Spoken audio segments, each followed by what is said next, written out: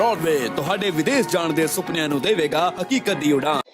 नमस्कार दोस्तों, मैं अमरजीत ब्रॉडवे इमिग्रेशन सर्विसेज से लगातार कोशिश लेटेस्ट अपडेट आपसे शेयर करते रहे। कनाडा के अंदर बहुत सारे जो वीज़ा रिफ्यूजल्स हैं, परेशानी बना हुआ है स्टूडेंट्स के लिए इस समय का वीज़ा ट्रेंड, और ऊपर से चल रहा है सितंबर इनटेक, जिसे लेकर बहुत सारे बच्चे फाइल्स लॉन्च करना चाहते हैं।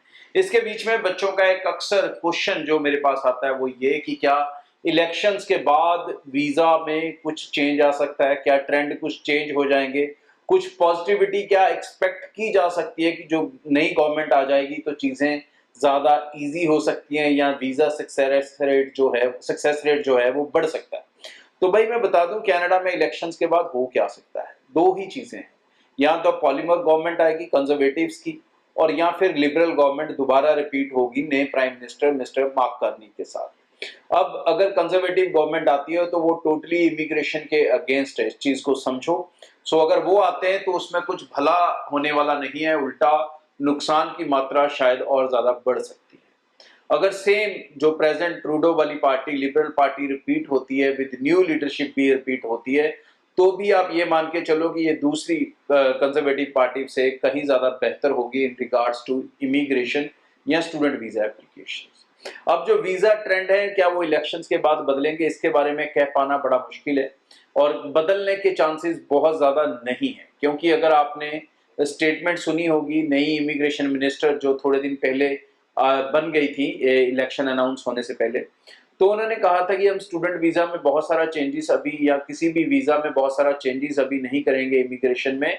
विल सी कि जो चेंजेस हुई हैं वो कितनी बेहतर हैं, और उसके बाद ही कुछ ऐसा रिक्वायरमेंट अगर पड़ेगी तो चेंजेस करने की कोशिश की जाएगी। इस समय सभी का जो ध्यान है वहां पर वो इलेक्शंस में लगा हुआ है, इलेक्शन विनिंग में लगा हुआ है। अगर ये गवर्नमेंट दोबारा आती भी है तो आते ही एकदम कोई चेंज नहीं होने वाला, और सितंबर इनटेक बहुत ज्यादा नजदीक होगा। मई, जून, जुलाई, अगस्त 3-4 महीने का समय होगा, उसके बीच में बहुत सारी चेंजेस हो पाना मुश्किल है। कनाडा के अंदर सितंबर इनटेक का रिजल्ट ट्रेंड नई गवर्नमेंट से ज्यादा आप लोगों के ऊपर निर्भर करता है, क्योंकि आईआरसीसी के सो फार के वीजा ट्रेंड्स ये बताते हैं कि कनाडा में जो वीजा सक्सेस रेट है वो डिग्री प्रोग्राम्स में सबसे ज्यादा चल रहा है, चाहे वो मास्टर्स के डिग्री प्रोग्राम्स हैं और चाहे वो ग्रेजुएशन प्रोग्राम्स हैं।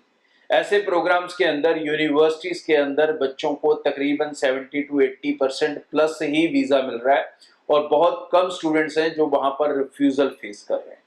लेकिन क्योंकि ज्यादातर बच्चे डिप्लोमास में जाने की कोशिश कर रहे हैं, अभी भी पुरानी जिद उनके दिमाग में कहीं ना कहीं अटकी हुई है। वो सोचते हैं कि यहाँ पर कोई पैसे बच जाते हैं हमें, और सबसे ज्यादा चीज जो उनकी बचती है वो सब जानते हैं, वो है पढ़ाई ना करना, या कम पढ़ाई करना, या पढ़ाई का समय कम हो जाना।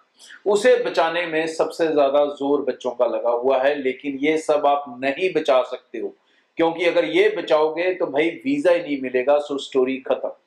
कनाडा के अंदर अगर आज की डेट में वीजा लेना है तो only right way is to go to the universities, degree, bachelors, masters programme जो भी सुटेबल है आपके प्रोफाइल्स के हिसाब से उनको ऑप्ट करें।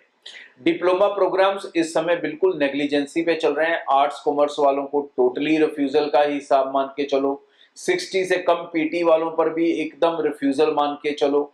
बचे कौन? Non medical, medical students with oil score, वही अपना वीजा कहीं ना कहीं ले पा रहे हैं। इसलिए डिप्लोमा के अंदर जो ओवरऑल सक्सेस रेट देखने को मिल रहा है, ओवरऑल जितनी फाइलें लग रही हैं कंपैरेटिवली, वो 50% से भी ज्यादा नहीं है, कम है। लेकिन उसी समय डिग्रीज के अंदर ये सक्सेस रेट कहीं ज्यादा बेहतर चल रहा है। तो मेरी जो एडवाइस है, जो सलाह है आज के इस वीडियो के जरिए, वो यही है कि जो स्टूडेंट्स अपनी एप्लीकेशंस को प्रोसीड कर रहे हैं, अभी उन्होंने फाइल्स लॉन्च नहीं की, आने वाले दिनों में प्लान कर रहे हैं, भाई अगर आप यूनिवर्सिटीज प्लान करके चलोगे तो आप ये मान के चलो कि आप कनाडा पहुंचोगे।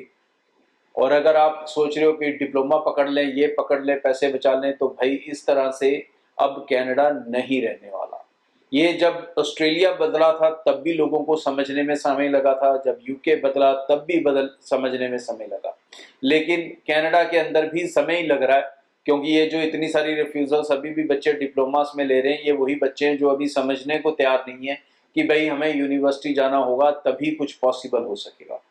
तो जितनी जल्दी सही रास्ता पकड़ेंगे उतनी जल्दी आप अपनी मंजिल की तरफ पहुंच पाएंगे। आगे भी इस चैनल के जरिए रेगुलर अपडेट आपसे शेयर करता रहूंगा। जो भी स्टूडेंट्स अपने प्रोफाइल्स को लेके कोई भी डाउट कन्फ्यूजन्स मेरे साथ डायरेक्टली दूर करना चाहते हैं, तो वो सब बच्चे शाम के 8 बजे के लाइव सेशन में मेरे साथ जुड़ सकते हैं इसी चैनल के जरिए। सो चैनल को सब्सक्राइब करके रख लें और रात को 8 बजे आपसे मैं डायरेक्ट लाइव बातचीत करूंगा। Thank you. ब्रॉडवे ਤੁਹਾਡੇ ਵਿਦੇਸ਼ ਜਾਣ ਦੇ ਸੁਪਨਿਆਂ ਨੂੰ ਦੇਵੇਗਾ ਹਕੀਕਤ ਦੀ ਉਡਾਨ।